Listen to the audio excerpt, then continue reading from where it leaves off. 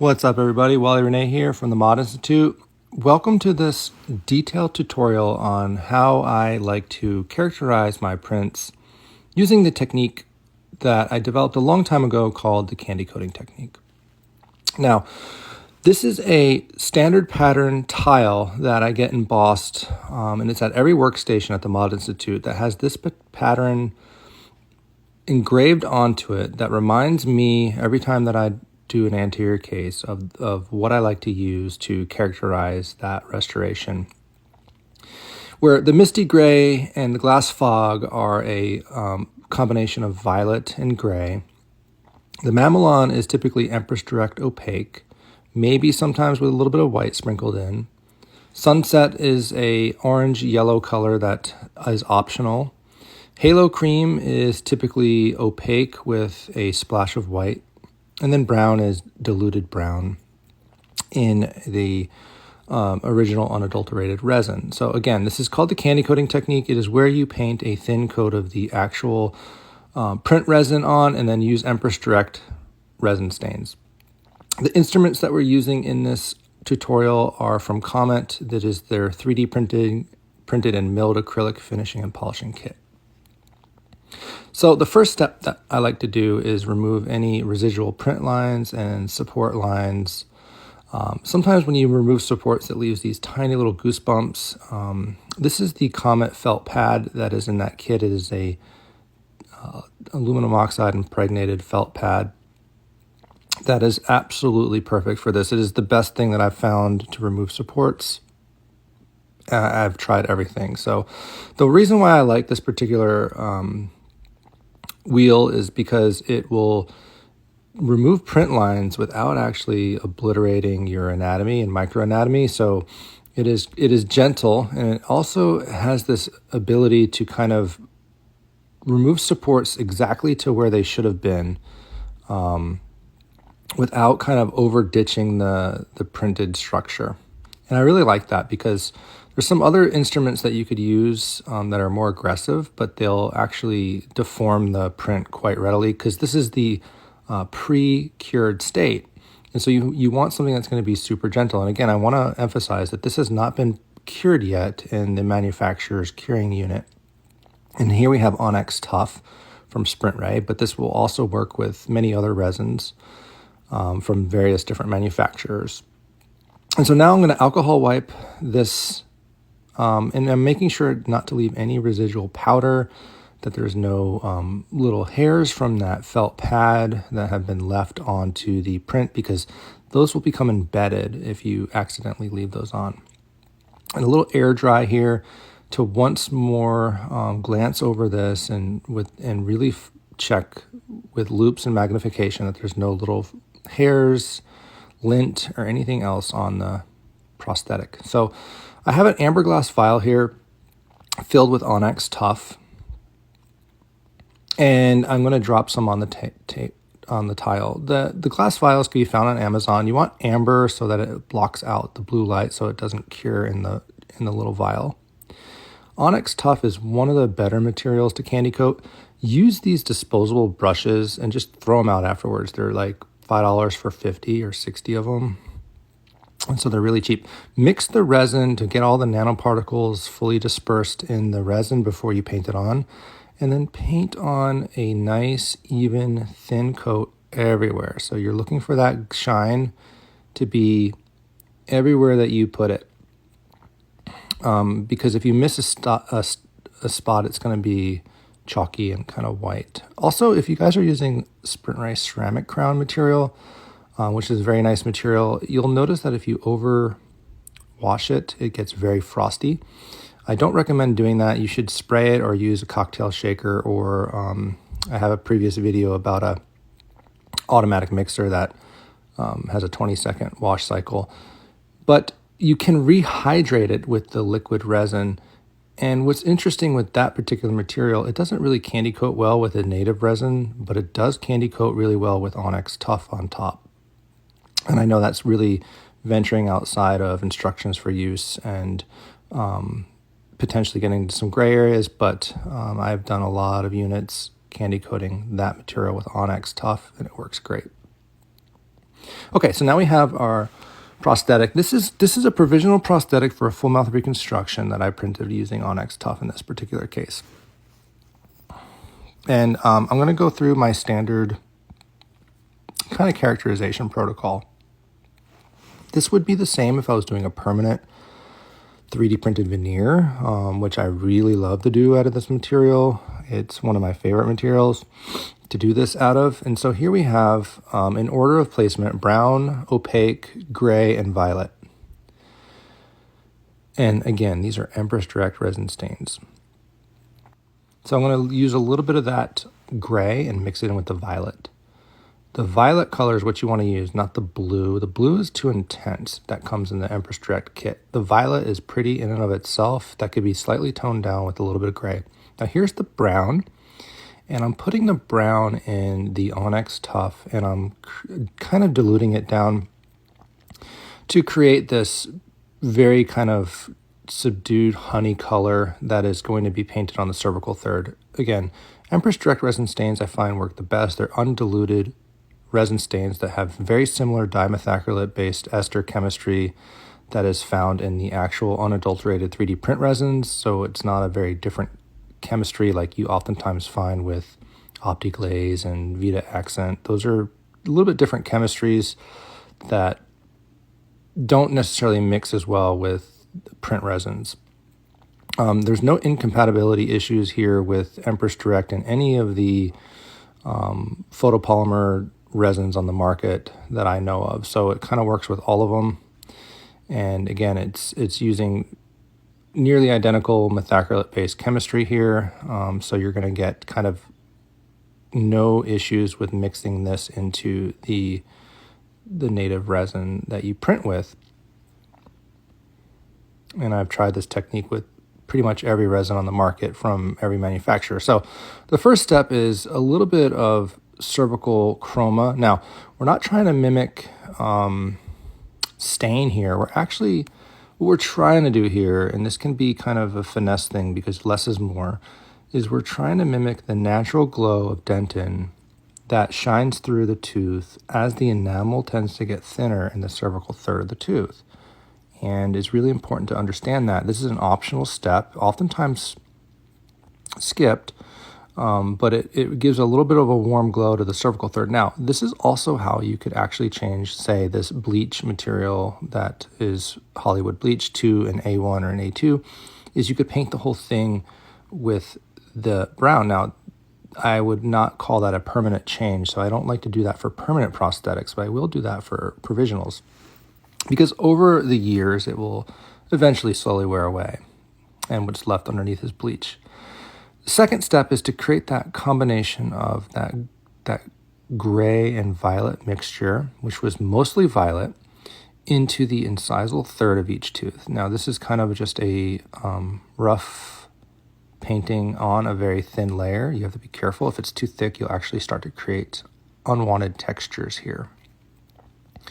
And you don't have to be so careful with this. It's not a science there. It's less of a straight line. It's more of kind of a messy placement, and that's what you get. And it's a very pretty way to mimic incisal translucency and lower the value of the incisal third. Now we have the opaque here. Now, depending on your effect, you could mix a tiny dollop of white into that opaque to boost the value. But we're letting the material come from the brush tip almost through capillary attraction to the very incisal edge of the tooth to create a little bit of a halo effect. Now, it's not like you're pressing it on the incisal edge. You're just letting it kind of flow from the brush to the edge through that kind of capillary attraction where it just wants to go to the tooth because of that liquid resin there that is from the original Candycoat. And it's a very gentle, almost not even touching the edge, okay? So just be careful there. Here I'll show you what it looks like if you put it on too heavy and you get these kind of big white lines. That's not what you want. You want a very fine line that's almost not visible. And if you were to err, you're coming more from the lingual than you are the facial for that halo line. So here we go. You'll see here, it just kind of barely grabs. Beautiful. I love this resin stain material because it is kind of viscous in and of itself, because remember, it's undiluted. And that's the big difference between this and say an OptiGlaze, which is already a pretty diluted resin.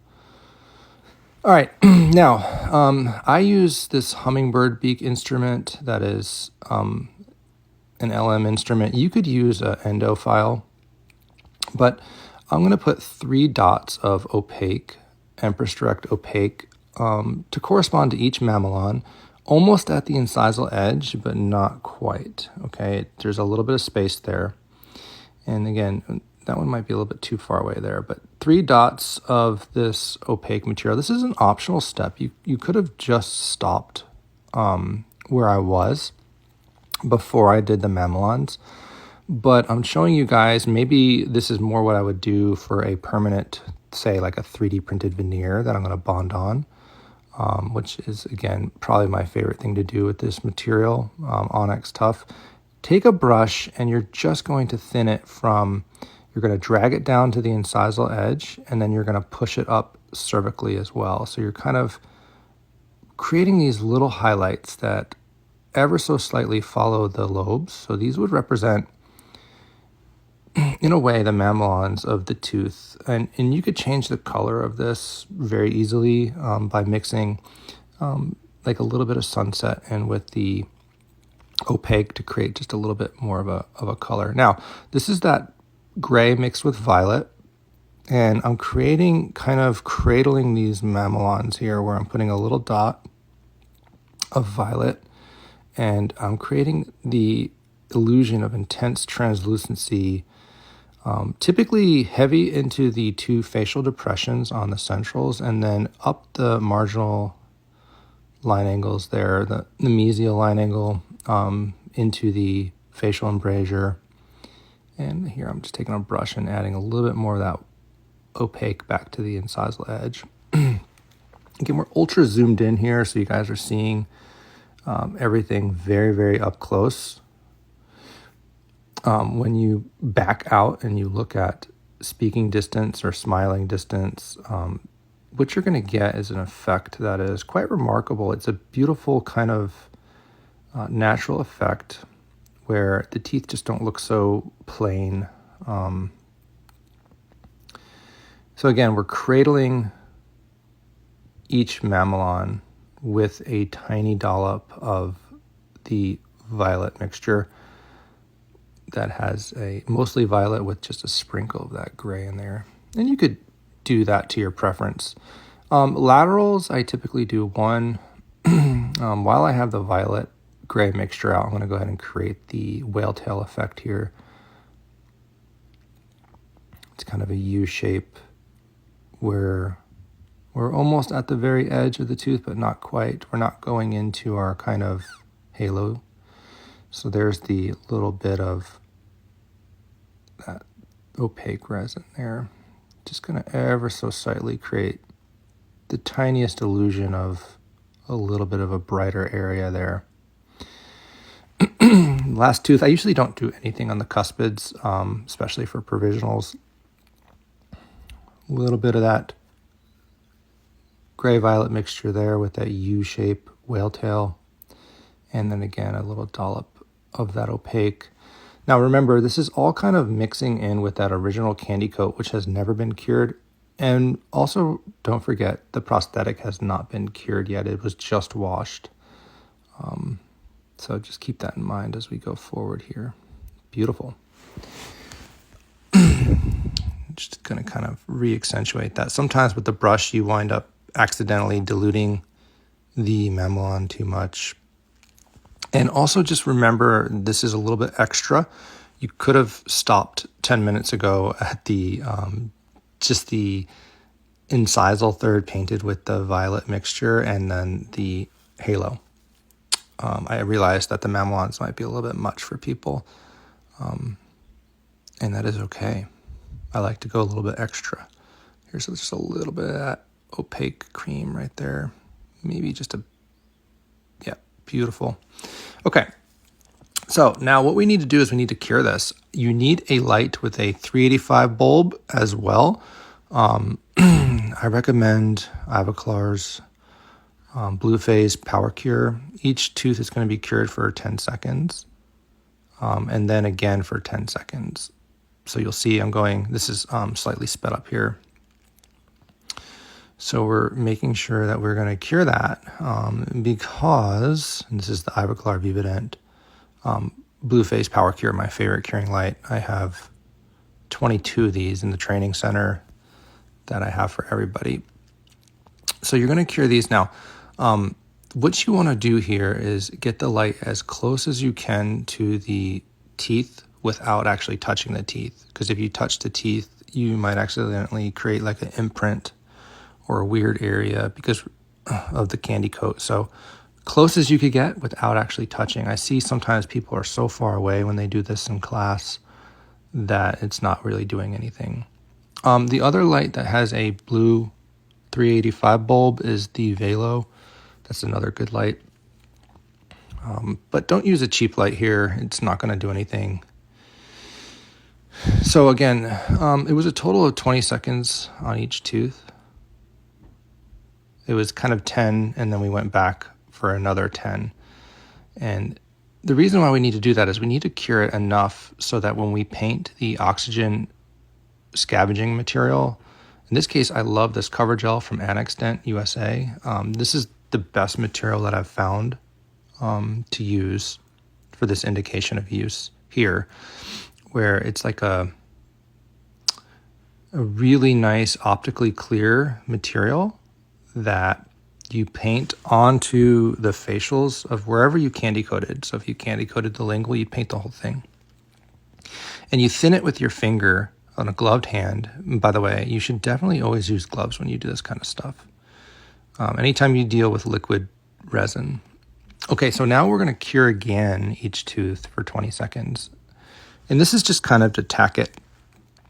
And that cover gel from Annex Dent is the secret sauce here. You can dip it in glycerin, in a bowl of glycerin, and put it into the curing unit, which is definitely something that I did for many years using this technique, but I like the cover gel better now. And the reason being is because I could tack it first like this.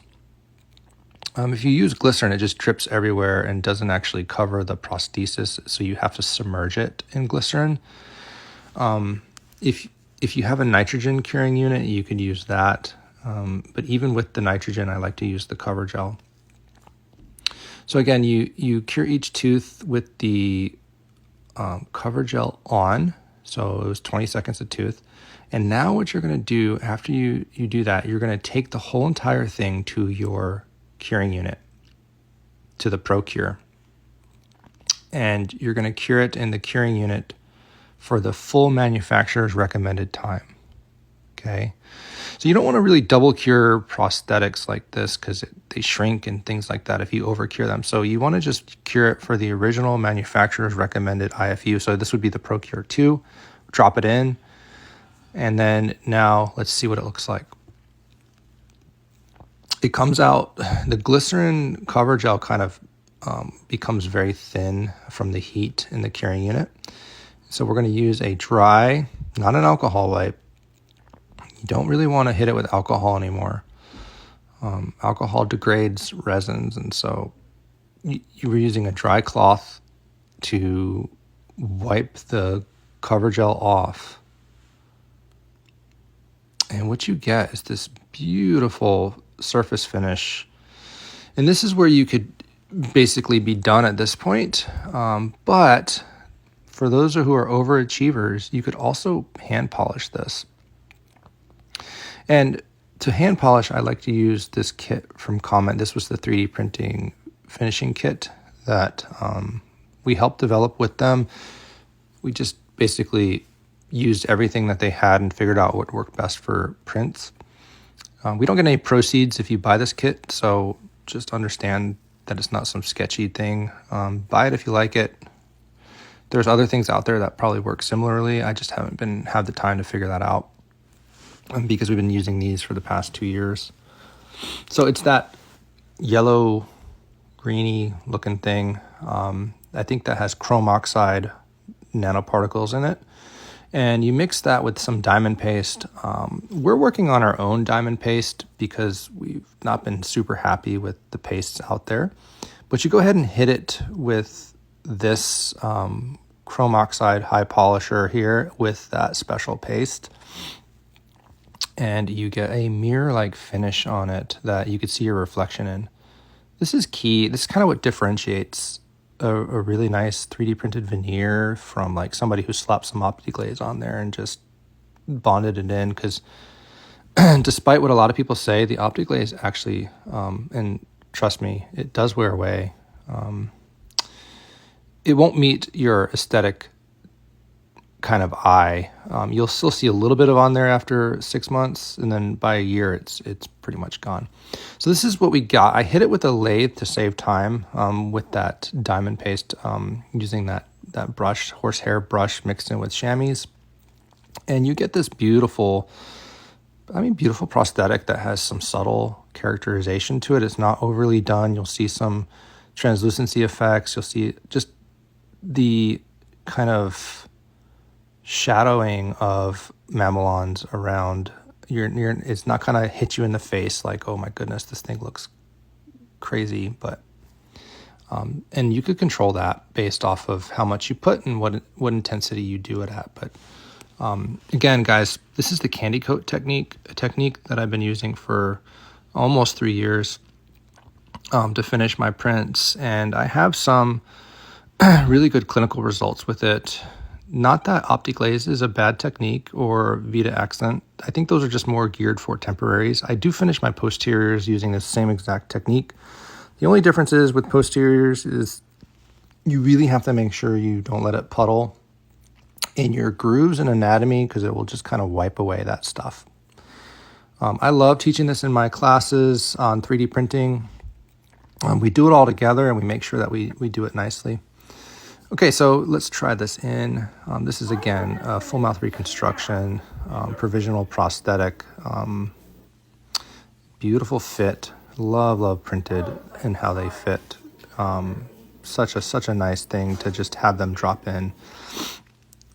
So cool. Okay, so from here now, guys, we do a lot of hands-on training at the Mod Institute. Would love to have you down and teach you guys how to do this in person.